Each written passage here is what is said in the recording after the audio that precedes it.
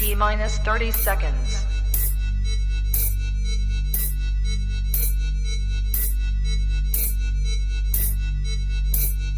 T minus 20 seconds.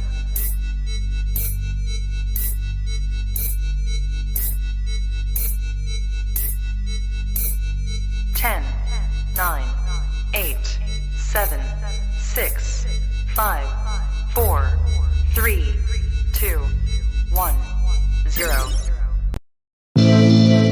Divina De Campo has skyrocketed in the entertainment industry in the past few years, from working in backstreet bars and clubs to coming close to taking the crown in RuPaul's Drag Race UK.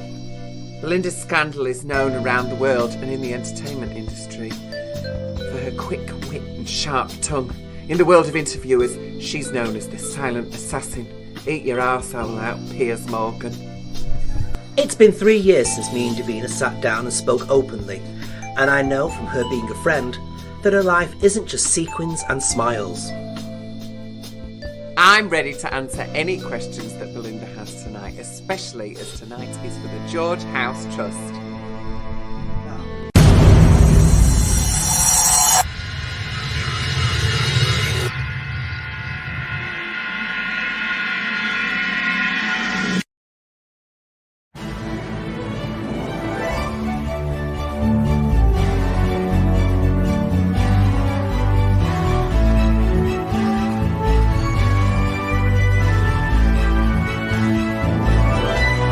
It's your Manchester.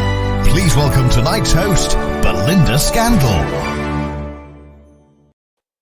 Well, a very good evening to each and every one of you joining me, Miss Belinda Scandal, for a very special episode tonight of Your Manchester. Now, normally we are inundated with guests within our show, but tonight I thought it was only appropriate, with the success that she's been having over the last few years, to focus on one person and one person only. Now, she's a dear friend of mine, and we've known each other for around about 10 years now, everybody. And as we'll find out later, there's a good reason why we know each other. But this lady is just going from strength to strength to strength. And if you've been watching the newspapers this week, you'll know she's about to play Mary Sunshine in the wonderful musical Chicago. Chicago, everybody. Yes, indeed. So please welcome our special guest for this evening. It's the one and only Divina De Campo. Good evening.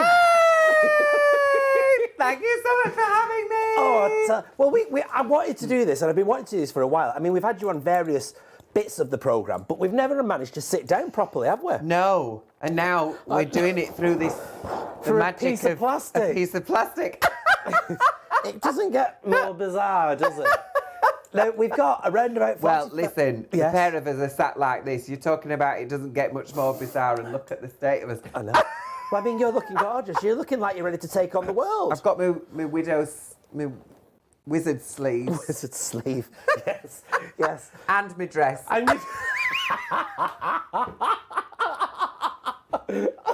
Oh, there we go. Whereas I'm dressed in what can only be described as the remnants of Emu. Yes. So, yeah. Do you remember him? He fell off the roof, I do remember Emu, yeah. God rest his soul. You died him, though. Died him. He's died him, you've died him. I dye everything orange these days, me.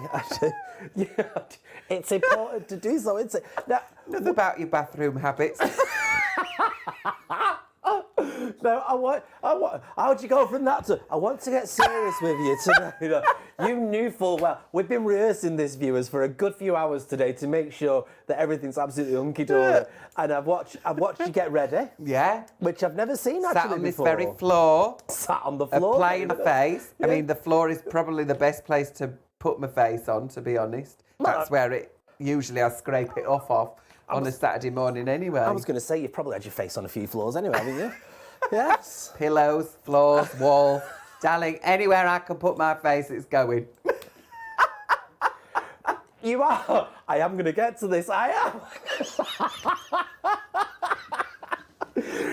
You are going from strength to strength, and it has been 3 years since we sat down and had a good old natter. Yeah, I mean, we've done bits and pieces, but we've not sat down and had a good natter. No. So first of all, how are you? I'm good. Yeah, I'm good. Like, we're in the middle of a global pandemic. I'm sure you're aware of that. Yes. It's been a while. It's been a strange one, though, hasn't it? It has. How's the last year been for you? I've been really, really lucky in that I've done I'd kind of done enough work where I'd put enough to one side that I knew I would be okay up until now. Yeah. And I can't stop laughing. and then I just kept really busy. Anybody who asked me to do something, I said yes. So I did loads of like really strange and fun projects. Like there was because Eurovision was cancelled. Yes. A comedian set up the isolation song contest. Oh, right. So I represented Australia for the isolation song contest. I'm afraid I didn't win Australia. I'm very sorry. So I wrote a song about put your banger on my Barbie, put your dingo in my hooch. You can take me up the Gold Coast, show me what is good. And you didn't win with that? No, I know. Wow, Unbelievable. I'm shocked, to say the least. I was also shocked. Mel Gedroyd won.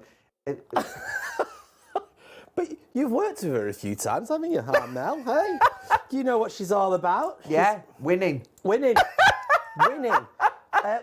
We want to take you back to the beginning. Now, you're from Brighouse. Now, until you went on RuPaul's Drag Race, nobody would have probably heard of Brighouse, would they? Well, I mean, that depends how cultured you are, darling. That depends how cultured you are, because... All right, then, no. Brighouse and Rastrick Brass Band are seen on Brassed Off. Right. And they are a world-famous brass band. Yeah. So that's how a lot of people would know Brighouse. Yeah. Or Embrace. What's Embrace? That kind of middle-of-the-road rock band. That sounds really mean, doesn't it? What were the songs that they sang? I've got no idea. They've got one out recently, though. They were popular, and yeah. They were in the charts? Yeah. And, you know, kind of Brit indie pop, that sort of So what's vibe. Brighouse like, then? Describe it. I would describe Brighouse as a sort of Jekyll and Hyde town. Right. You know, in the daytime, it's charity shops and hairdressers. Yeah. And then at night time, lock your door and don't leave. Oh. Well, everywhere has a little bit of a town like that, don't they? Stay in, stay safe. But actually, they've been doing some really great things recently. Yeah. They've been holding loads of different kinds of festivals and fairs and stuff like that. So they have like the Victorian Festival, and they have like a, cheese and wine and, all that kind of stuff going on. So actually, as a town, it is trying to kind of buck the trend of the town centre dying, and it's bringing more in. And what by about creating... growing up there? Was that an easy thing for you? No. No? Brighouse is a very small community. Right. And it has that kind of very small town Mentality. Or at least it did while I was growing up there. That doesn't mean that everybody was awful. That's not the case at all. No. You know, there were lots of lovely people. Yeah. But it was very homophobic. It was very racist. And that just, that made it difficult growing up there. So I was determined that was not where I was going to end my days. Yeah. And growing up in Brighouse, was you always this flamboyant? Oh my gosh, I was even worse. Really? I was like the veritable row of tents. Right. I was that camp. Like, Christmas has nothing on me. Okay. Flares, super tight flares, like spray on flares, crop top, choker, little tiny denim jacket. Like I thought I was in Bewitched in my double denim, strolling down. Wait, come on. But you're saying it was difficult growing up in there. You didn't fight against yourself then, sounding by it. You did exactly what you wanted. You wore exactly what you wanted to wear. Yeah, absolutely. I think the more that people were like that with me at that time, the more I pushed against them. Good. And was like more, shove you. Yeah. And aspirations as a young person, what were your aspirations? I wanted to do musical theatre. Yeah. Ever since I was 14, that's what I wanted to do. Yeah. I'd made that kind of clear decision at 14. I'd been to ballet class, since I was 3. I'd been in all the choirs. I'd done every Amdram show that I could be in. Yeah. I was in it, every school production, all of that stuff. And musical theatre was the thing that I really wanted to do, because it kind of marries all of that stuff, doesn't it? The acting, dancing and singing. Was there one particular role that you wanted to aim for? Musical theatre. Yeah, there was actually. I really wanted to be Marius. Marius? In Les Mis, yeah. There's a grief that can't be spoken. Oh, empty chairs, empty exactly. tables. I Which actually sums up my career perfectly. It does. right. You and me both. You're doing all right, Cocker. You've aspired. Now tell everybody, where was your first gig in Manchester? My first gig in Manchester was at the Ren Bar Yeah. with Belinda Scandal. Yes. You were fully booked and recommended by me because, you know, you were talented. You were known for your talent, and you were known because you had this reputation for having one of these really, what was classed in them days as a strange range for a drag queen. Yeah. And you've still got that now. I mean, Yeah, you don't absolutely. You're not like most of us that go, oh, you go from there all the way up to, how many octaves can you do? Well, there is 4.5, and on a good day there might be 5. But 4.5, we're pretty safe with that. Yeah? Yeah. Amazing. As long as I've had a good sleep. If I haven't had a sleep, because it's the first place where if you're tired, it goes. immediately shows in your voice. So, you know, if you've not had a decent sleep the night before, you're lucky. No, I've had to stop smoking over the last few weeks because we might be going back to work. I might be able to do a bit of singing, and even my little tired voice still needs a bit of help. So yours, with you soaring range, must constantly need good care and looking after. How do you look after your voice? I don't, and You I don't? really should. But I mean, you're going into a musical. Surely now's the time to start. Absolutely, yeah. So I'm getting back into doing more proper training with my voice and really thinking about what I'm doing technically when I'm singing, which I haven't really done very much of, if I'm completely honest.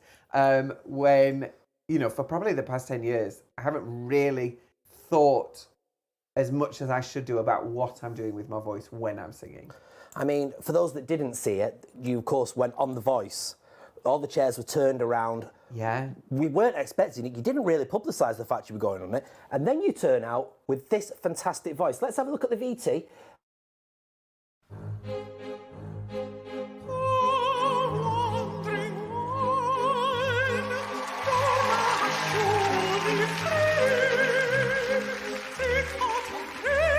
Come on. Yes.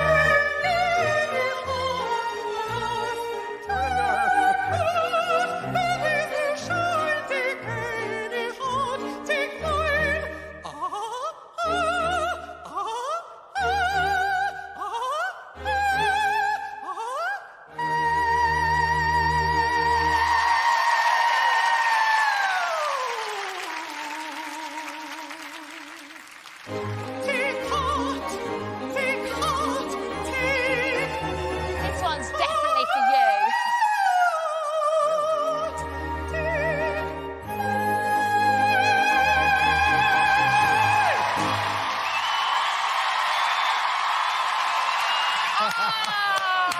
Thank you very much.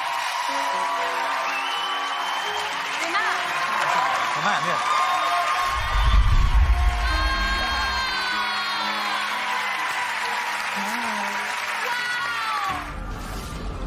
Hello again. Are you ready to watch even more fab? There we go. Sorry, Emma. Sorry, You've had Emma, your but time. we see you. You're on tonight anyway on The Circle, my show. Now, listen, when did you first realise that you could do all of that? I'd always been singing ever since I was really little. So when I was about 3 or 4, reception in junior school, the headmaster, I don't know what we would have been singing, I don't know, I can't remember, but he said, oh, we've got a little Pavarotti with us tonight. Oh. Or today, or you know, whatever. Yeah. And it was pointing at me. And so obviously I'm like, I don't know who Pavarotti is. I just know that this big man who's in charge of everything is pointing at me and I'm tiny.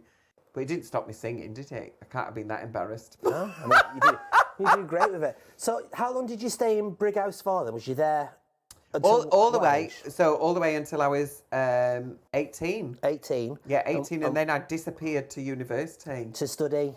Well, I didn't actually. That's a lie. I took a year out. Right.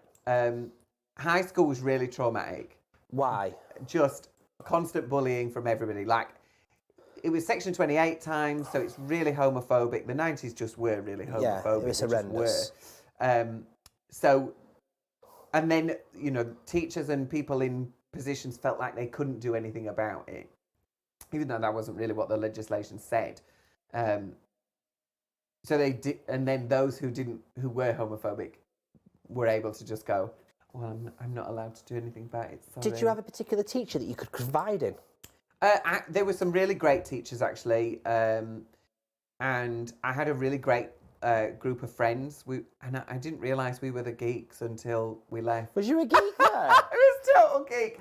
I was cool. And then my mate James was like, we were like, you know, the little geeks in the music department, sitting around lunch with each other because we were all a bit.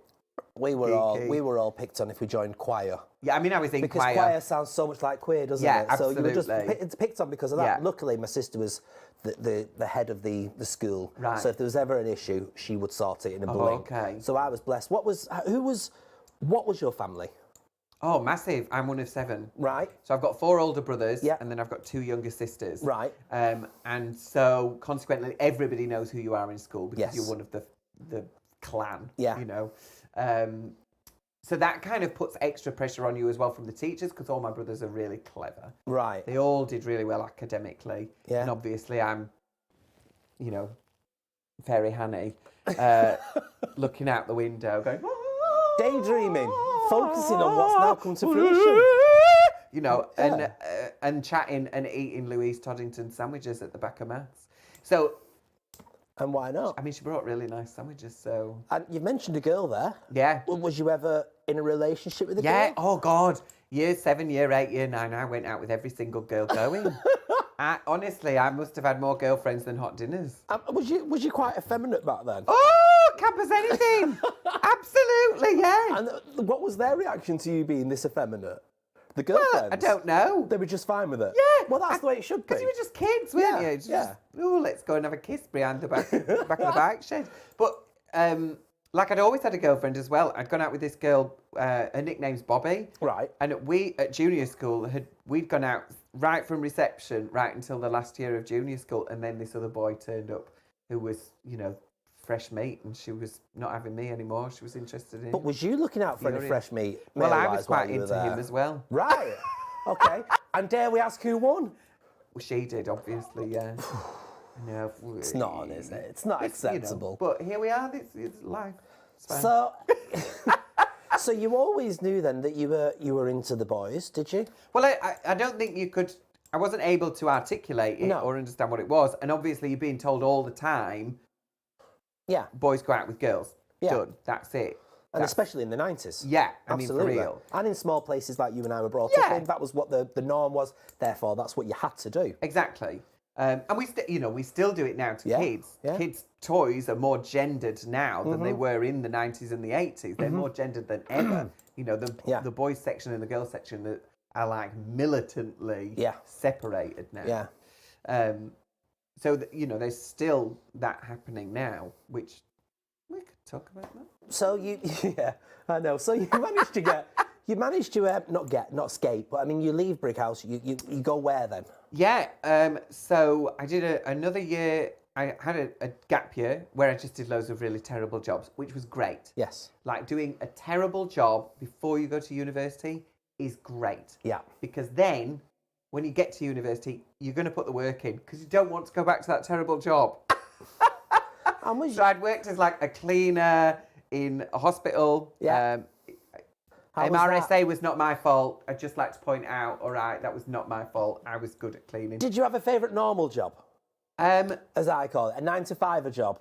Not like this, where we basically just get paid to get drunk and have lots of fun. What was the favourite? You know what? I worked in a pizza shop. That was my Saturday job. I loved it. I love cutting up that, and it was so busy and fast all the time. Yeah. I enjoyed that. Yeah. So I was like the pot wash and serving, and then Sharon was in the, in the back cooking the pizzas, doing a thing, and I did all the serving. I enjoyed that. I thought it was great fun. But I was always at like a choir concert or an orchestra concert or something like that. So you always had these entertainment aspirations. Yeah, and then so at one stage she was like, I did actually want a Saturday boy, and you're never here. So are you actually going to be here? Not really, though. I mean, sometimes. Okay. Yeah. Well, exactly. So you carried on with a good few jobs. Then what came next? So then I go to university, which was, it's Manchester Metropolitan. Yes. But it wasn't the campus in Manchester, it was in Crewe and Alsager. Oh. So I was in Alsager, which is a Cheshire? but a teeny tiny little place. You know, Yes. like the town itself of Alsager had about, I don't know, How many people were in your class? 10,000 people living in it. Really? Well, there were 8,000 students on campus. Right. So, Okay. you know, without the students, there's nobody there. Nobody there. Yeah. So in my year, in the sort of dance and drama section, there was probably about 60 of us Okay. in total. And there was me, Alan, and then just girls. Okay. And were you focused on honing one particular talent while you were there? No, I was trying to do kind of bits of everything, and it was contemporary art. So it's like, you know, rolling around naked in jam and flour and, you know, Just a screaming normal like Saturday night out for exactly, me, that, making what? whale sounds. So It's like they call me the jammy dog job. So it was lots of that. But I wanted to be in everything. Yeah. It was a really academic course. Okay. So anybody who was doing like their choreography or their directing piece or like they'd written a script or they had written I did this girls' masters piece, which was like this, it was an opera that was contemporary. Yeah. So 20th century, like complicated, but also I think it was in Latin. So, you know, I was doing loads of different things. Anything that anybody was doing, I was trying to kind of learn off them as much as I possibly could. Because I recognised really early on in that course that this is really academic. There's lots of writing here and I don't really want to be an academic. No, you wanted to perform. Yeah. So that's always been in your nature to perform then. Absolutely. That was what I'd always wanted to do was perform after. And what about performance? What was the first thing that you did? As a drag queen? No, as an entertainer in general. Before drag, maybe. The first thing I was doing, like straight out of university, was I went and I worked as a dance development officer. Okay. So I wasn't performing in that role, but bits of performing were kind of tied in with that role as well. Yeah. So it was teaching, choreographing, working in community settings with kids or adults or, you know, various different groups of people. And then there were, you know, bits and pieces of performing opportunities that I could kind of latch into and go, okay, now I can make something. And at that point, when you started performing, how did that make you feel? Did it give you any benefits that you took for yourself? Oh, absolutely. I mean, I've always loved performing. That's always been the thing that has sort of, I felt most comfortable on stage. Yeah. I don't know what that says about me, you know, that you go on stage and you kind of put a mask on and you become somebody else. But that's where I've always sort of felt most comfortable. Yeah. So yeah, it felt great doing that. But I really enjoyed teaching as well. I really enjoyed that. I really enjoyed watching other people learning things And developing and creating stuff. You know, these little kids who have never had a dance class in their life and then suddenly they're making But that's something you continued and you were renowned for it when you were on Canal Street. Yeah. You used to take people, I mean, you still work with a few of them now. Yeah. And you used to take them, you used to mould them and you were never shy about it and you were never like nasty or authoritative about it or even possessive about it. I mean, sometimes I was. But yeah, but you were giving them a lot of them performers. Stop it! A lot of them performers you were dealing with. Oh, get me out of here! I tell you, I only came for a pot noodle. Drag queens are renowned for being like bad at timekeeping, bad at being professional, bad at turning up with all the right costumes. Well, you're not though. No, I have to say, this interview has gone out at 8 o'clock. You've been here since 3, making sure you are prepped for it. Yeah. I mean, that's I'm crazy about time. Somebody clocked it last week. I was rehearsing for a panto. Kerry Katona. Oh yeah. She immediately saw it. I mean, she was like, "You're a control freak, aren't you?" And I was like, "Yes, I am." Yes. So I like to control as much as I possibly can within my little sphere. Why? Because there's an element of I can't trust anybody else. Right. Which I think is, you know, slightly deeper rooted than. Then we've got time. This is not a therapy session. Yeah. And then there's also an element of if I mess something up, then that's my own fault and I can't blame anybody else and I can't be angry about it. You just have to deal with it right there and then. Whereas if you've put your trust in somebody and then they've completely screwed you over, which, you know, that happens. Yes. Then I just feel like I'm mad about it. Yeah. And I'd rather not be mad about anything. No. So, you know, just try and, as much as I can, I try and make sure that I know exactly what's going on. Yeah, well, I mean, you help people. Yeah, also that, because I feel like I've had the most amazing people in my life. Yes. My singing teacher, Alison Price-Jones, my lecturer at university, Sally O'Donnell, Karen, who taught me singing at university as well, my accompanist at university, like these incredible, strong, smart, and insanely talented women who have given so much of themselves and their time to me. I feel like, well, I've had that opportunity and somebody else deserves, you know, I'm not as good as they are. I don't have half the skill that they do. But if I can give you a little bit of what they gave me, then that's great. Because well, I mean, even for older queens like me that have been on the circuit, whenever I've worked with you, you are always very, very giving.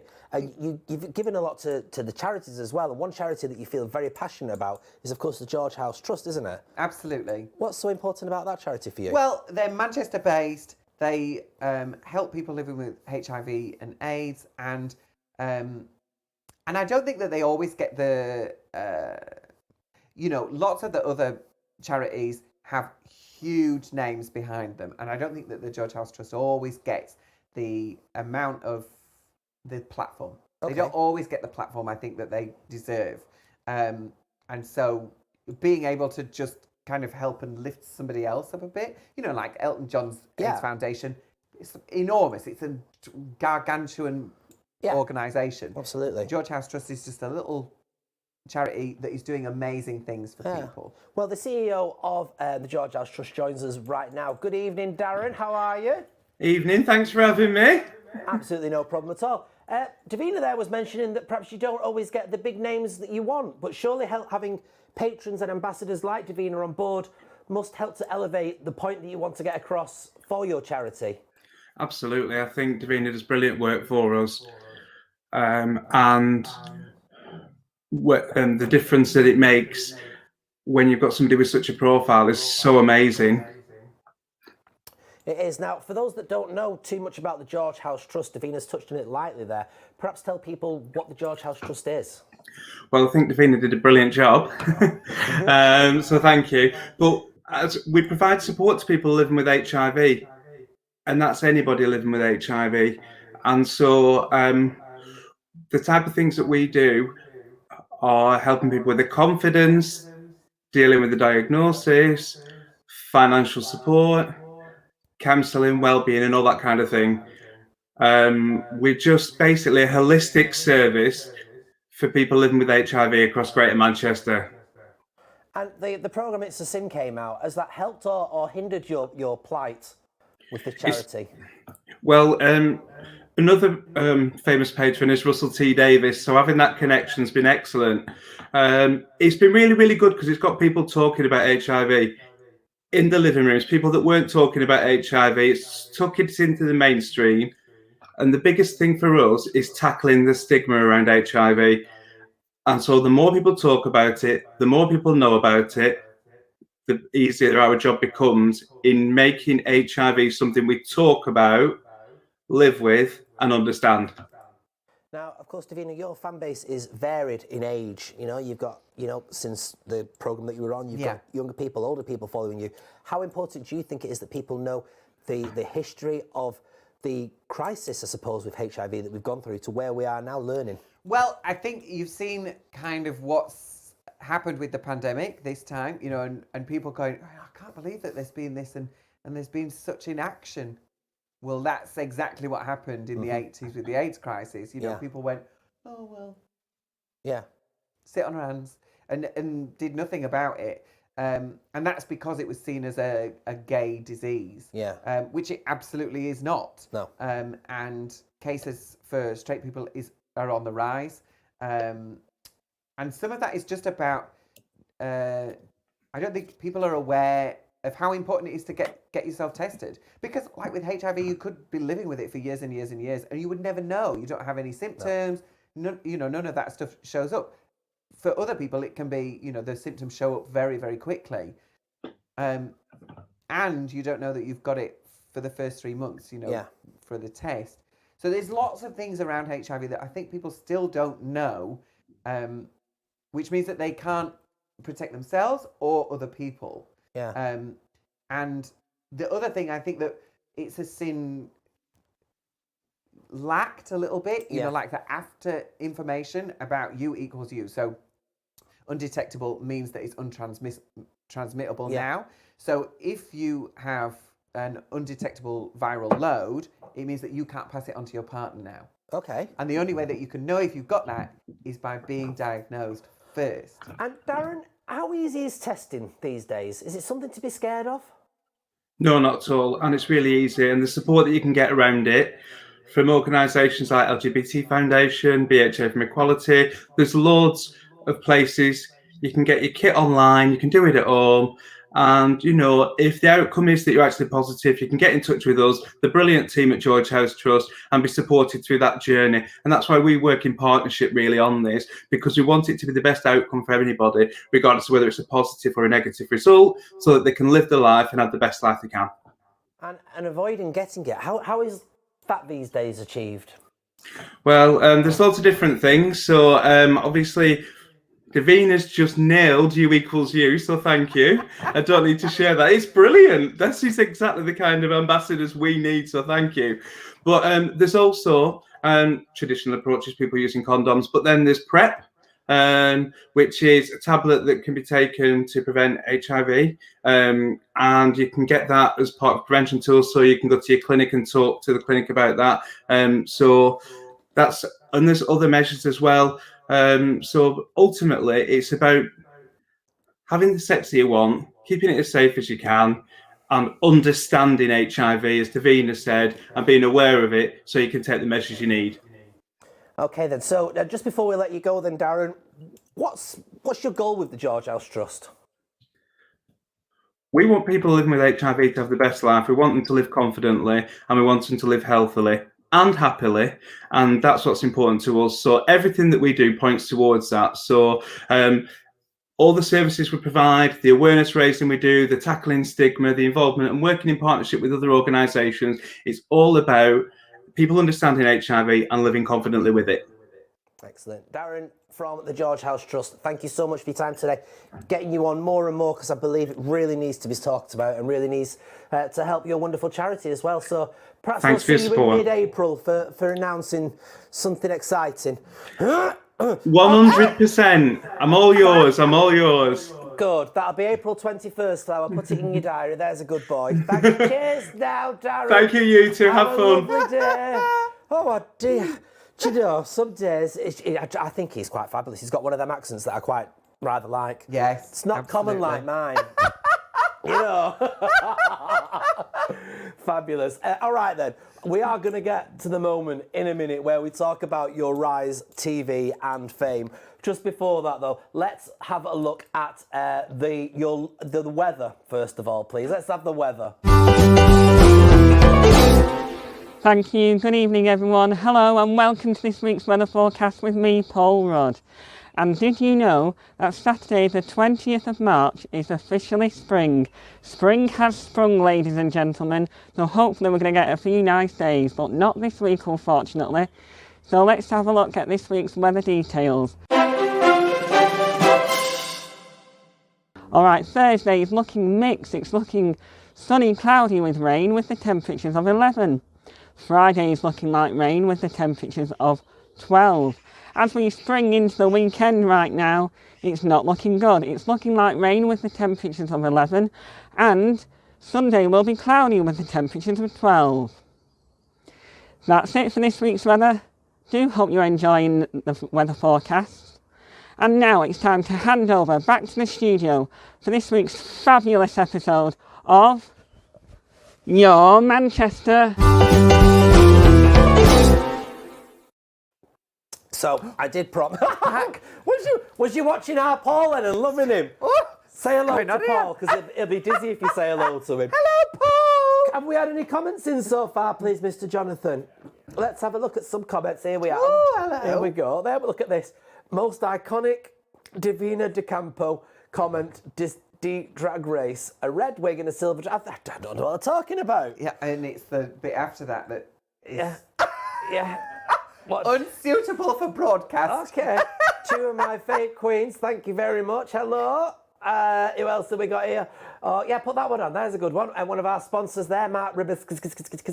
Good evening from all at Real Tiltation for Independence. Of course, the sponsor for our weather and, of course, our programme as well. I am screaming at this. You don't know how much I've had to wear 3 tenor laders today. Terrible. My thing is laid like a lasagna. Honestly, it is that We've had bad. a rug doctor on this carpet all day. I've had to sucking it laminate up. my pelvic Terrible. floor. I have, honestly. It's terrible. Hi, ladies, from Ben Whittaker there. Loads of comments. Keep them coming in, because in just a couple of minutes' time, we are going to open it up to you to ask questions to Davina. So ask anything you want. I didn't know about this. When you see a certain iconic moment in a minute, we will be asking you to open up the floor, and you'll be asking whatever questions I you need to wondered ask. what you were going to say then. Oh, but once more! I keep sitting here, and because I'm engrossed in the conversation today, I'm sat here like Onslow from Hyacinth Bouquet going, hello, are you all right? I tell you, it's bad, isn't it? So anyway, I reached over for my cranberry juice because I've got a bit of thrush at the moment. Are you taking another pillow out now? Oh, that's better. Oh, I'm Merchandise, that comfortable now. merchandise. So you then moved on to a few TV programmes. Of course, you were in All Together Now with the teeth. What's his name? Beckett. Oh, yeah. Yeah. You were in He's there with great. him Rob and a Beckett. Spice Girl. Yeah, Jerry Horner. Jerry Horner. Yeah. And of course, stood next to you as part of Collabro. It was Michael, Yeah. for series 2, Michael Auger. Now, there was a few comments piping around on the old socials that you and him were entwined in some sort of way. Do you deny or confirm? I could neither deny or confirm, but I wish. Was he your favourite one in Collabro? Well, I didn't know anybody else in Collabro Oh, did you at not? the time. No, but now I know the rest of them, you see. Yeah. So- Yeah. Okay, so you went from that. Quite like tall ones. Jamie's quite tall, you see. Oh, tall. Yeah. Yeah. Wouldn't work for you two. No. No. Two camped together, honestly. That's true. Ridiculous. Plus, you've got a lovely other half anyway, haven't you? I do. I have a wonderful husband. Now, where did you meet him? Just before we move on to the RuPaul Drag Race UK questions. I met him in Stoke, actually. He was running a nightclub. Yeah. And I was crossing a car park and He ran you over? our eyes met. Oh, right. Yes. Bump to bumper. And the rest is history. And how long have you been together for now? 15 years. And he's so supportive of you, isn't he? Yeah. I mean, And same, like, whatever he wants to do, I am more than happy to help him. And that's I think, a big part of why our relationship has been so good, because we're not trying to control each other, and we just want each other to be happy. yeah. Now, we were sat in Velvet with Carl Darcy, dear friend of ours, and we were sat there and we were both umming and ahhing about entering a certain competition. Yeah. Do you remember that day? And we were sat there and we had a good few little drinkage, and by the end of it, you said, well, I'm going to do it. And by the end of it, I said, I couldn't possibly. Yeah. And well, fool me. And... All right, you've ended up with a good light in this. What? Ended up with a good Look light? at this light. Look, she looks stunning. It's 'cause I I'm- look like a washed out ghost. That's what we call... I think that's what you refer to as you walked into the RuPaul Drag Race as season 1 lighting. Cruel. Cruel but flattering, because you have to put more makeup on. If I lose another feather off here, it's not worth the pigging well. money. I tell you. So you went in there into RuPaul's Drag Race, and my goodness, did you turn out some looks. No more carbonara for you, you fat bastard. I am feeling poised.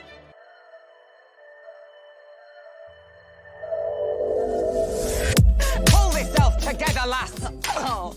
Oh. Characterization is great. The acting job you did in this challenge was fantastic.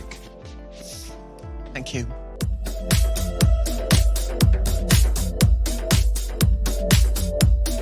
I'm a seamstress. I make clothes. I know how hard that is. I was concerned because I didn't bring a pattern with me. You did that without a pattern? Yeah. Oh, I'm triply impressed. Your fish.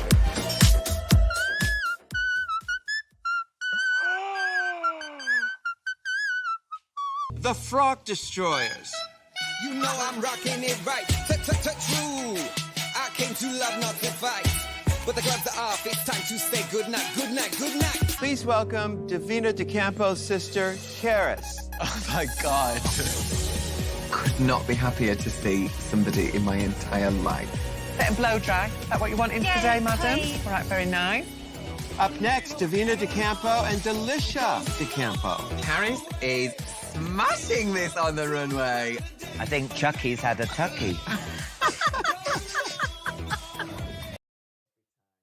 It was a bit, we're just chatting. Oh, about we're it, here. wasn't it? Hey, we're back again. Let's first address your acting challenge, and you get emotional. Yeah, I did, and I look completely bonkers because it just seems to come out of nowhere. Well, I don't think you look bonkers though. Just before you carry, I think you look like and judging by your story, that would make sense why you got so emotional about it, because you're getting approval. Yes. That's how it comes across to me, but you've obviously got a different side to it. What's your side? Yeah, and I felt kind of responsible in a way because I'd had more experience than anybody else in theatre and, you know, all of that stuff, whatever, and it had bombed. Some of it was just because other people didn't learn their words. And then on the runway, they just slated me, and you don't see it. That's the thing. You don't get to see, like, when you're on the runway, you get like 20, 30 minutes of them critiquing you. No. And it's hardcore. It is hardcore. So they just slated me and said the outfit was terrible and this was rubbish and that wasn't any good and blah, blah, blah, and blah, blah, blah, and blah, blah, blah, blah, blah, blah. And then they go, how do you feel? Oh, why am I here? You know? So that was why. Yeah. That was why. Well, that makes... I mean, was it a happy experience for you? No, God, no. I hate competitions. I don't like them. You know, like when I did The Voice, that's why I took that song, because I knew they wouldn't turn around for it.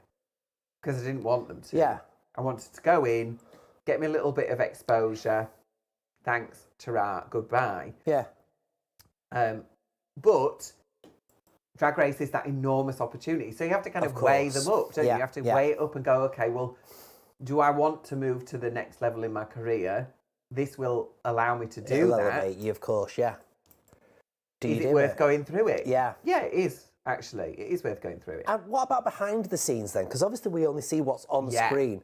I mean, how manipulated, for want of a better word, is what we see on the screen? Actually, like what we did was not. Yeah. Not in my, you know, from other people, maybe they think that it was really highly manipulated. But from what I was experiencing in there, the producers weren't coming in and going, you know, right, we need you to talk about your dead cat. Yes. You know, it wasn't like that with us.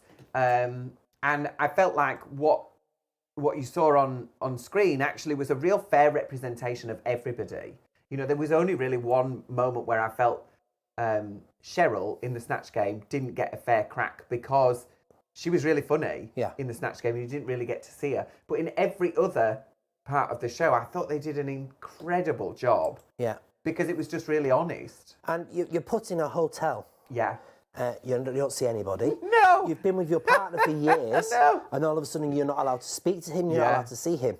How does that affect your psyche? Yeah, I mean, that's really, really strange to be cut off from everybody. That's a really good word, cut off, yeah. And that is what it's like. So for the whole time that you're in there filming, you're not allowed to speak to anybody else. Oof. And if the cameras aren't rolling, you're not speaking either. Wow. Yeah, you're not allowed to talk. And it's, you know, I totally understand why. It's because then they don't miss anything. That you know, you might say something really interesting, and then it's gone.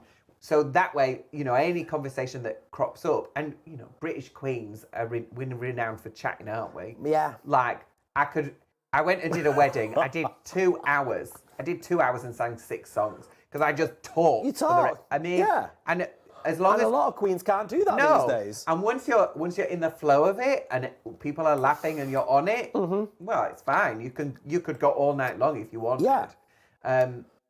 So we're ready to talk most of the time, British queens. Yeah. You turned out some amazing looks. We've seen a few of them there. I suppose, did you have a favourite one or a least favourite one? My favourite look. I don't know. I think maybe my favourite look was the finale outfit. I just wanted something that was really sophisticated. Yeah.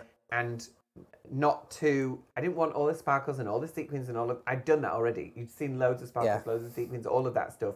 And I wanted something that was just simple and elegant. That's what I wanted. Now, as we got to the end of the competition, one instance happened that has basically become a GIF all around the entire pigging world. So let's look at that very instance with Vivian. You clearly don't value what I do as a drag queen, and that is also fine. I'll be 100% honest with you. Now that I've seen you here, you are 20 times the drag queen you are in the outside Wales. Because for the past 10 years, I've seen Davina in a red wig and a silver dress. Bullshit, Vivian. And I know exactly. Bullshit. But I've seen. Bullshit. Tell me anybody else in this workroom who has a 4.5 octave range. Tell me anybody else who can sing in 5 languages. Tell me anybody else who can do that all while doing the splits. Tell me anybody else who has 15 years of experience of directing production shows. So there we go. Well, where does one even begin with that one, Flower Pot? Red wig, silver dress. I mean, you do own a red wig. I do. You do own a silver dress. I do. Do you feel that you've made a career out of wearing a red wig and a silver dress? Well, I don't know. You tell me. No. You'd seen me more. You know, I was at the Rembrandt 8, 9 times. That's your kind of your image and your. You know, if we were to caricature you, if we were to draw you, I think the first thing we would draw is that. Like, everyone's got a promo picture, don't they? But have you always worn a red wig and a silver dress? No. Now, you're one of these queens that's very lucky because of your slim physique, that can adhere yourself to many different looks and characters, all far too gorgeous for my liking, but, I mean, you do it. So, being attacked for being a few times known for wearing a red wig and a silver dress, how did that make you feel? Well, it was more that somebody who I've known for 12 years. Yeah. I felt like we'd had a friendship. Yeah. And coming into that competition, actually, that became really clear that was not the case. Right. So I was, you know, and when you're in a competition and you think, at least this person's here. Yes. And I'll have a friend. Yes. And then that isn't the case at all. Yeah. That's very difficult to deal with. Absolutely. And you sort of think, oh. So you think you've got your confidant there. And then you're questioning everything the whole time. And I'm one of those people, I'm very anxious anyway. You know, you present this persona of confidence. That's your job. That's what you're here to do. So, you know. But it's a facade, isn't it? Of course. I mean, you know, just like most very performers, nature, you're absolutely racked with all these anxieties. And am I good enough? Am I just pretending that I can do this? Or can I actually do this? And so then that's just kind of heaped on top of you again, that you're questioning everything else then. Like, oh, I thought that this was what it was, and it's not what it is at all. So then you're questioning everything over and over again. But after competition had done, you didn't sit on your laurels with that statement. Oh! You turned it totally to your advantage, Darling, with your song. Listen, but the whole thing with that is, if somebody throws something like that at you, what are you going to do? You're going to push against it and go, no, and be like...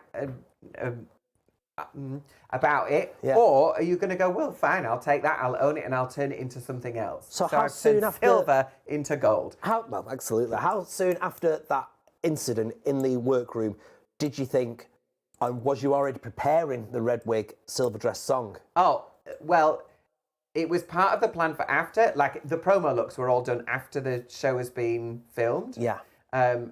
So that was why I wore a red wig and a silver dress in the promo looks. Oh, you clever cow.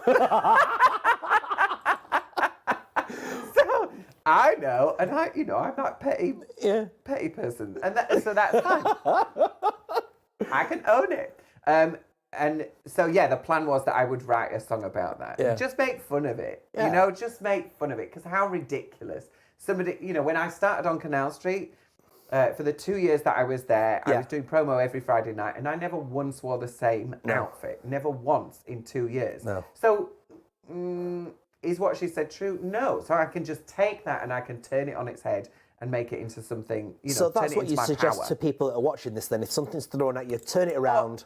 Absolutely, 100%. If somebody says something that is untrue, take it. Yeah. Take that, turn it into something useful and good, because, you know, that's what it's about. That's what life is about. Taking what people, especially like as a little queer kid, the only thing that you can do is take what people have said to hurt you and turn it into your power. Absolutely. We have got some comments coming in here now. Let's have a look. This is from your divinators. Yes, indeed. That's Amy Foy. She says, hi, Davina. We are all in the Divinators group chat. Want to thank you for all you do and what you represent. We love you. I mean, these are comments. I mean, there's plenty of these. Let's have that one. How deeply marvellous to have you both being fabulous on screen. Thank you very much, Mr. Jonathan Mayer. Let's have that one from Amaryllis. Yes. There we go. Hi, DDC. DDC. Hey, that's another thing that you started. Yeah. You have said that you are not a look queen, but I think you served some of the best looks on RuPaul's Drag Race. I agree. What inspires your fashion, you fashion-wise, and how do you balance trying new things when you are so busy? Before I went in, you know, I know I'm very safe a lot of the time, you know, when I'm looking at drag stuff.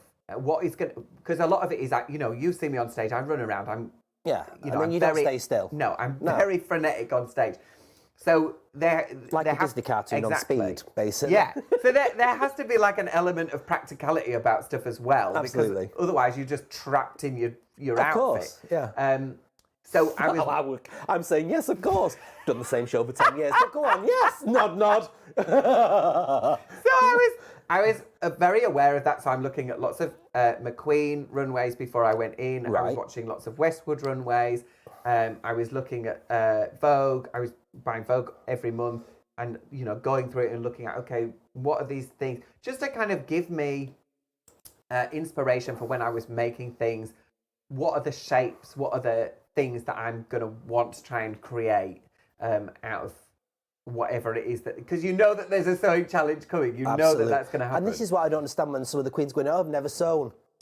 You know you're going in there, I presume, a few weeks beforehand. Yes. So you know you're going to have a sewing challenge. Yeah, So could you not just put a simple pattern in your suitcase? I mean, that is absolutely what I think most people should do. Yeah. Just take a really simple pattern with you. Like the thing that I used to do all the time was I bought, because I used to work a lot with Ginger Hunter and Very Cherry. Yeah. Fabulous queens. And so I bought us all a leotard off eBay, one with sleeves. So just a leotard with sleeves. Right. And that way, you've got the pattern for a sleeve. Yeah. You've got the pattern for a top in stretch. You've got the pattern for a neck. And if you want a dress, all you have to do is, because it's got the hip shape in it already. So then you just extend down out of the hip shape. And then you can make a fishtail or, you know, you can turn it into anything from that. But this is what I mean about what I spoke to about before. You're there to help. Yeah. Oh my God, absolutely. You are. And when we were doing the sewing challenge, you know, I was helping other people, you know, going, all right, I'll help you glue some of these fingers on your dress, Cheryl. I don't use a glue gun, mate. Can't stand glue guns. I end up with fingers that are just disgusting to look at. We've got another question. I do want to go through as many questions as possible. Let's have that one. Yeah. If you could have been on a US season, I guess, of RuPaul's Drag Race, which would it have been? And then we'll move on to Tony's question as well. My favourite US season is season 6. Is that the Bianca, Adore, Courtney, Gia Gunn? That's a legend Laganja. season, isn't it? I mean, it was just, and the thing is, there's so many amazing people in there.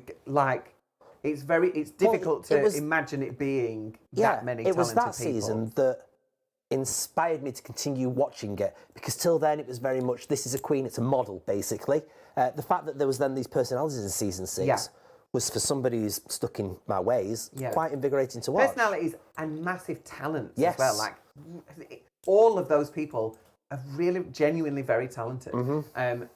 So that's my favourite one, but I wouldn't want to be in that one. I'd want to be in like one of the rubbish If there's ones. an All-Stars, would you be in it? Not right now. My career's fine. I don't want to go through that again just yet. Okay, let's have the next question then. To Davina, if you could sit in a room with any drag queen and say, just stop, who would it be? And just say, just stop. Don't say a word to me, otherwise I will hit you. But go on, who would it be? I think she's stopped already. Oh, yeah? Yeah, I don't think anybody's booking her. So I'm not even going to speak her name because, like the devil, she might appear. I'll find out. She's still on the internet. She was slagging me off the other day, but I'm pretty sure she's not booked and blessed, so I'm not worried. Let's have the next question. Thoughts on Joe Black this season? H&M dress drama, etc.? Listen, I just think that's bonkers.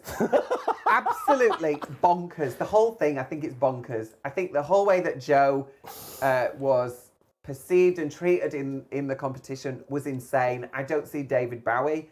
Have you got your eyes shut? Like, what? I know. Oh, I don't see the pavilion. As soon as she walked around the corner, I was like, oh, it's the pavilion. Yeah. Like, as soon as she walked around the corner. So, well, it's more Renaissance than Rococo. What? This isn't Antiques Roadshow. But do you think it's because a lot of them are American judges?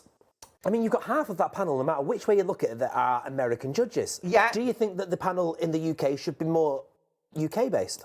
I think it would help. I think that would help. I think it would help to have somebody who's integrated into the UK drag scene for a start, like has a real good understanding of UK drag and its history, because it's very different to American drag. Yeah. It's very different. Just because of the way that it's come up, you know, we haven't come from the pageant and the Vogue scene. That isn't our history. Our history is like gang shows, theatre, entertainment. So, you know, like RuPaul trying to talk about panto and going, I've been told that this is what panto looks like. You know, why do you not know? Yeah. That's your job. If you're going to be on a show judging people, Yeah. the very minimum is to do your due diligence and do a bit of research before you come on to judge people. Well, speaking about research, what do you feel about drag queens knowing their LGBT history? Absolutely Obviously, one drag queen essential. came up and got a bit relegated for that, for not knowing who our lovely Mr. Turing was. Yeah, I mean, it's difficult, this one. There's huge pressure on drag queens to be everything, know everything, be able to do everything, and then be amazing speakers and eloquent and articulate. And that isn't what all drag queens do. That isn't. You know, some drag queens do that. Other drag queens do this. And other drag queens do that. You know, like some drag queens only ever do ladies' nights. They don't do gay bars. They don't do LGBTQ venues. They just do ladies' nights. Yeah. And that's okay. Yeah. You can't expect everybody to be a spokesperson for the community. No, I guess not. There are some key characters that you really should know, though. Yeah. You know, like Emmeline Pankhurst, Turing, Lily Savage, Julian Clary. You know, these key people who have really informed how queer people are viewed. Yeah. Okay, let's have the next question while we're there then, please, because I did see a few interesting ones. From Freddie Lawson, wherever that was going. Hi, there we are. Freddie. To Davina, is there any particular young queens that have caught your eye and you would like to help grow? No. Okay. I don't want to help anybody grow. Got my own gigs. Yeah, fair enough. Stop coming for my gigs. The thing is, there are so many amazing, like, young queens who are coming up at the moment. What it's all about is whether I think there is like an amount of time that you need to cook as a drag queen. Of course. You know, like I feel I wasn't really a drag queen until I was about 30. Right. You know, because you need to have that. Yeah. There's a certain age thing to. Yeah. Standing in a gay bar in front of 50-year-old men. Yeah. As a 21-year-old, you don't always have that gravitas, you know?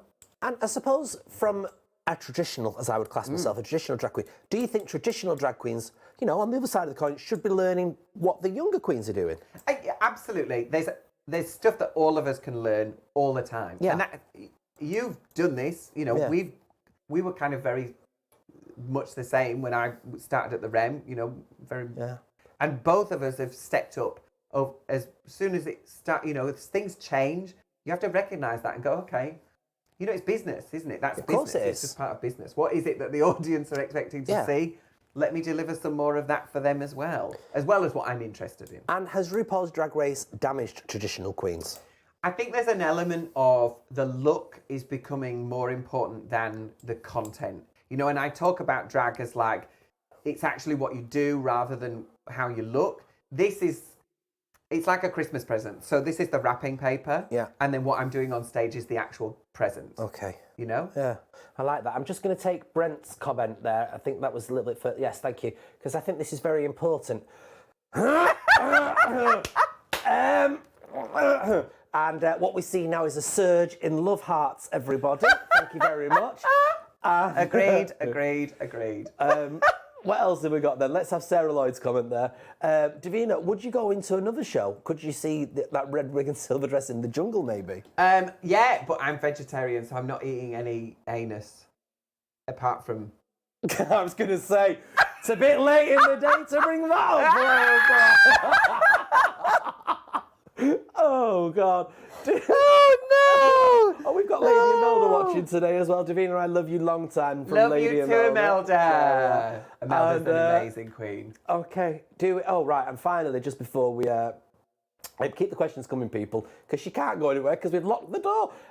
Tony Cooper at the bottom there again. Let's just bring him in quickly. Davina, do we forgive or educate, or do we cancel people who are transphobic? This is a difficult question. It depends on the context. So if people have tried to educate you, and yet you continue, and the stats are really, really clear. Trans people have been using the facilities assigned with their the gender that they are since 2003 and before, way before that. Yeah. But 2003, like legally, it's been absolutely fine, and nobody's been searching anybody's knickers before they've gone in for a wee. And has there been a huge rise in crimes? No, there hasn't. So all of these ideas about trans people are based on fear that is not real. It's not borne out by any of the data. And actually, even when you're talking about sports, where are all of the trans Olympic athletes? Well, there aren't any. No. There's one trans athlete, and that's a male trans athlete who's doing amazingly well. Yeah. So there are no female trans athletes in the Olympics. And the reason for that is because they're not pushing cis women out of sport. That's not happening. This is another thing that is being fueled by fear rather than about data. So if you are spouting transphobic stuff and you're just not educated, I mean, for one, it's 2021, you have this amazing thing in your hand where you can find out all the information that you could possibly need about everything. So go and do some homework before you start spouting that stuff. And then if people have tried to educate you and you are still ignoring all the data, all the facts, all of the information, then I don't need to engage with you. And it's not about cancelling. It's just about actually we're at that point where people are allowed to speak. Yes. And you can speak. Yeah. But I am also allowed not to listen to you. You are not automatically given the right to a platform. Yeah. Especially if what you're saying is just not true. Do you think you feel more passionate about these issues because of what we discussed right at the very beginning of the interview, how you were treated growing up? Yeah, I think there's an element of that because it was very much the same in the 90s. It was just horrendous. Fake. Yeah. Fake news. Yeah. Actual fake news. Yeah. Not Trump fake news. No. Actual fake news. Saying that gay people are predators and that they're paedophiles. And these are the same arguments that we're hearing about trans people. Yeah. And it's not actually about trans people that we're talking about. We're talking about cis straight men. Yeah. That's actually what we're talking about. So what we should be doing is having a conversation about how we change the culture of cis straight men, not about excluding trans people. Yeah. That's where the conversation should be being had. I mean, education is ever so important. I'm learning this week, and I don't mind admitting that I am educating myself on something that you brought to me, which is this non-binary.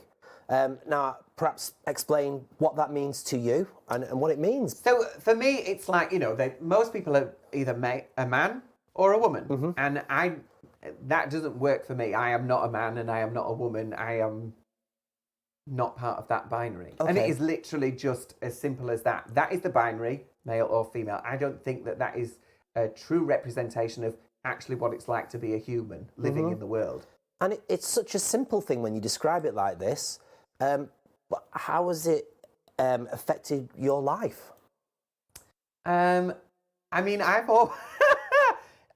always just been myself and just gone, well, I'm not that worried about what other people think about me. Mm-hmm. And I've been really, really lucky that has been my attitude for most of my life, that I've just gone, well, it doesn't really matter what you think about me because you're not me.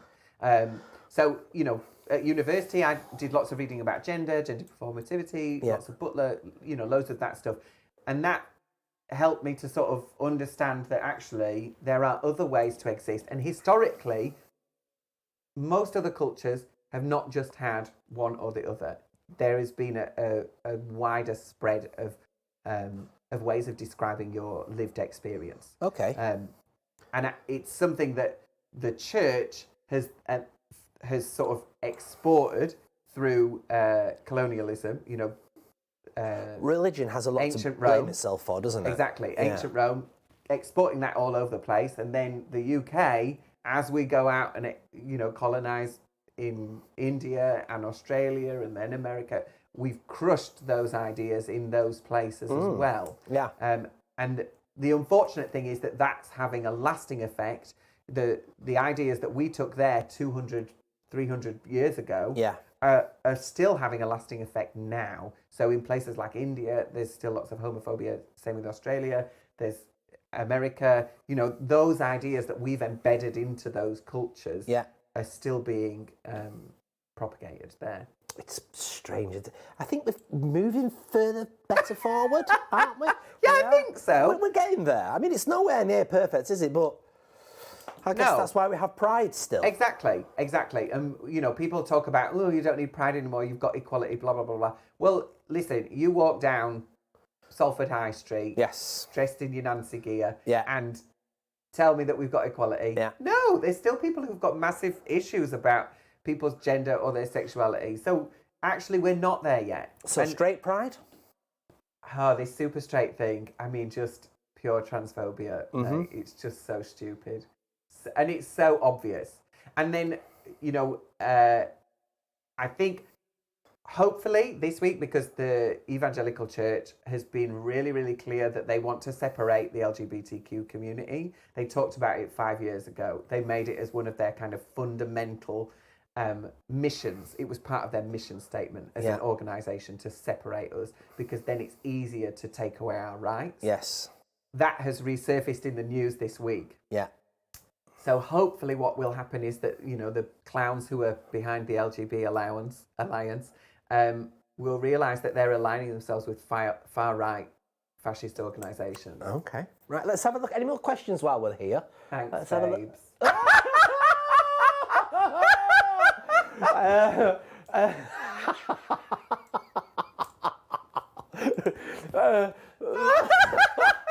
Yes, let's. I was going to touch on that in a second, but I guess the cat's out of the hat now, isn't it? You're going into Chicago. Yeah. No, you're going in as Mary Sunshine. I am. Which suits you absolutely perfect. And you are going into Chicago, the musical, as Mary Sunshine. How did you audition for the part, and where did you hear about the part coming up? Plus, oh my God, it's a full... Yeah. Plus, what do you think about the theatre situation? Let's take, first of all, Mary Sunshine. You've always been into musicals theatre. You've said that quite a few times today. Mary Sunshine, ever a role up until now that you wanted to go for? Absolutely. This is a dream come true for me. Yeah. Like, this is a real... like you feel like you've arrived. Yes. This is that moment for me. And I've been singing this song, I found this song when I was about 19, 20. It's I've been ideal. singing it since then. Oh. For 20 years I've been singing the song. And apparently wrong. Oh, right. I've been singing the wrong note. You're very lucky. I was always given the part of Mr. Cellophane as a youngster. Okay. Yeah. Which I like that song. I think it's a great song. I was never dazzling enough to be razzle dazzle though, was I? I was always kiss my ass. Honestly, I can't the go on. audition process was just the same as anybody else. Yeah. Like, you have to So send you in did your audition tape. for it then? Yeah, absolutely. Right. Yeah. I mean, this is a proper show. They're not just going to automatically hand out a role. Just like, anybody else, you have to go and audition. Yeah. They're not automatically I think some of gonna our give you the viewers part. would presume, though, that because you've had the exposure of Yeah. RuPaul's Drag Race, that it's not a situation you have to put yourself in these days, but you actually had to Absolutely. stand there and sing the song, audition Had to it. go and do the audition, get on the train. Callbacks?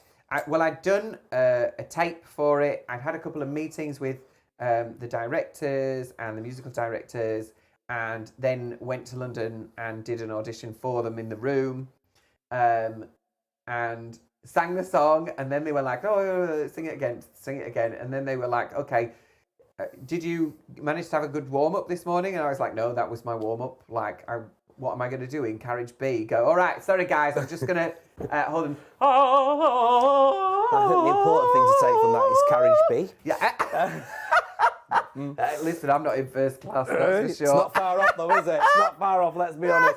Any more questions? So you auditioned for it. You're going to be Mary Sunshine. You'd be good to Mama. Oh yeah, I can see Jonathan Mayer doing that. Oh, but that's Jonathan Mayer saying that Belinda would do Mama Marvellous, that Mama Martin. I believe that. I believe so be too. great. Yes. What's your favourite song? Is it Class or is it When You're Good to Mama? When You Good to Mama. Yeah. Yeah, I know. I'm not destined to be glamorous, Flower. Let's be honest. 25 years next year I've been doing this, and I think about 2 years out of the entire career I've been ever placed in anything glamorous. So I think you've got to know your power, haven't you? Today I'm sat here looking like I've murdered Cuddles the monkey. So Cuddles, rest his heart. Well, you had to go somewhere, didn't I? I tell you. Right, we've got couple more questions. Come on, let's have these now.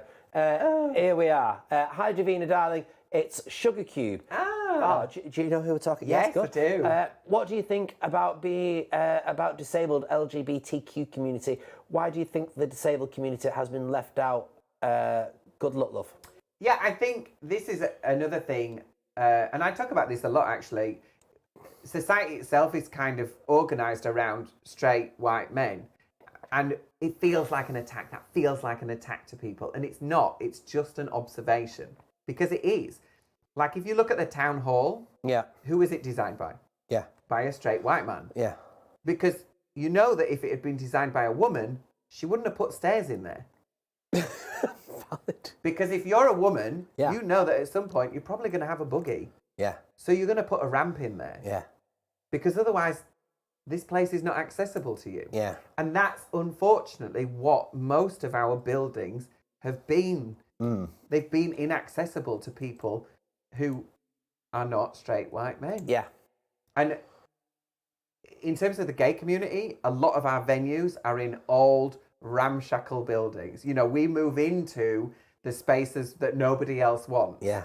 You know, like Canal Street, when we moved in there, was a dump. Mm-hmm. It was an absolute dump. And now, just like it happens everywhere, the gay community moves in, the artists move in, they make the area nicer, they make it successful, and then the corporations move in and they gentrify it, and then they move us out and we have to go somewhere else. You know, it happens everywhere. We can see that in London. And I think that that's a big part of how a lot of disabled people have been left out of the out of gay venues, because they're just not set up with disabled people in mind. Yeah. But there are lots of venues who do have disabled access, and actually Manchester is better, I think, than a lot of other places for having venues which are disabled, which do have decent disabled access. Okay. Right then, I'm loving all these questions. We are going to have to wrap up soon, everybody. I feel like I'm on a political broadcast right now. No, but this is...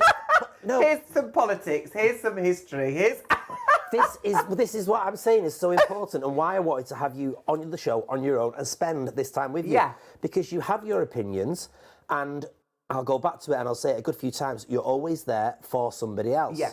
And this is why I wanted to just have you here and you solely, rather than, you know, show with this, and that. We have to have the weather because it's Paul Rudd, and I love that man. Right, okay, next question, please. And then we are going to, here we go. Right then, let's have the last one from Sarah Lloyd, because that's quite a chunky one. Here we go then. Okay. With the COVID situation and people losing jobs, bars being shut, and both sides of the coin need the coin. What? Both sides? Yeah, okay. Will we see you supporting Canal Street bars and hitting their stages for people who can't always afford tickets for gigs? Ooh. We want to see you as much as possible. I'm sure they do, but it's important that people realise that what you do and what I do is a business as well. Yeah, and it's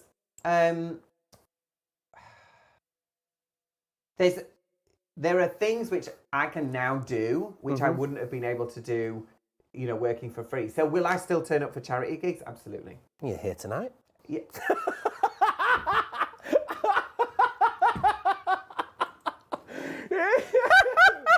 Oh, God. So, like I've said as much to Misty and Ivory, I know that they've got charity night in the works. Yeah. And I've said to them, if you want me, I will come. Yeah. And I'm more than happy to come and do a number and, support that stuff. Yeah.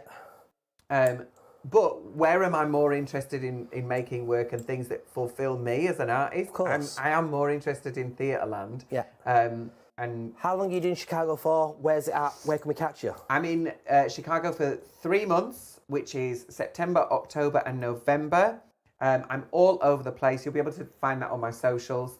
But one of the places where I'm really, really looking forward to going is Bradford, because the Alhambra was the first place I saw a ballet. It was the first place I saw a musical. It was the first place I saw an opera. And it was also one of the first places where I went backstage and met the cast in a musical. So I have lots of really, really fond memories of that theatre particularly. So I'm really excited about being there. And of course, Bradford is just up the road from Brighouse, and I spent a lot of time there. Do you return back to Brighouse much?